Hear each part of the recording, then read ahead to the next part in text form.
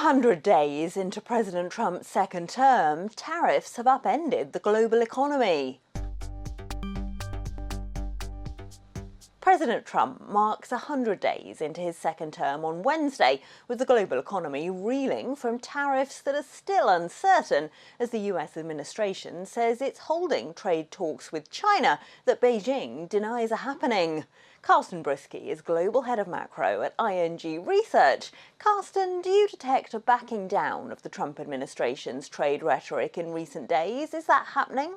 Yeah, I think that's what had been happening over the last 5 weeks or 4 weeks. Clearly, there was a bit this motive of sell America Inc.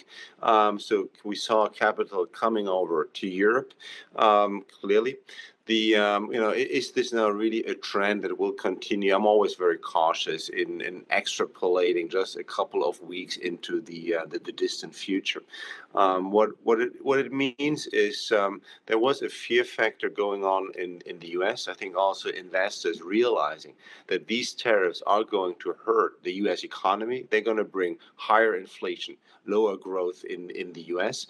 Plus, the uncertainty also created some concerns about the rule of law in the US and made other parts of the world more attractive. Is that rising euro good for Europe's economy, though, or does it risk making Europe's exports too expensive? Indeed, Europe never really likes a strengthening of its own currency. However, we're coming from a very weak euro exchange rate, and where we stand right now, at least vis-a-vis the dollar, is still not a threatening high or strong level of the euro. I think what is more concerning for European policymakers is that the trade-weighted euro exchange rate is also at a record high, and this means indeed bad news for European exporters, because it is to some extent, it is an additional tariff, it is an additional tax, and will further complicate exports.